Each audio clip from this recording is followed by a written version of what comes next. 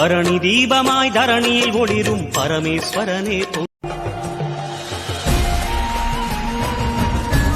சம்ஹார நேரத்தில சமுத்திரம் பின்வாங்க திருநீரில் மருந்திருக்கு தெரியும்.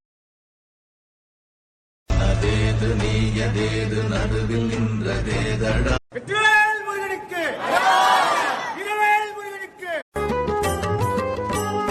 பழனிமலை முருகனே அருணகிரீசனே சிவமலை வாசனே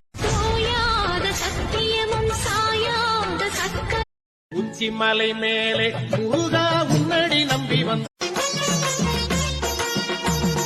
கேட்டவர்க்கு ஏழு ஜென்ம பாவம் தீரும் நிறைவா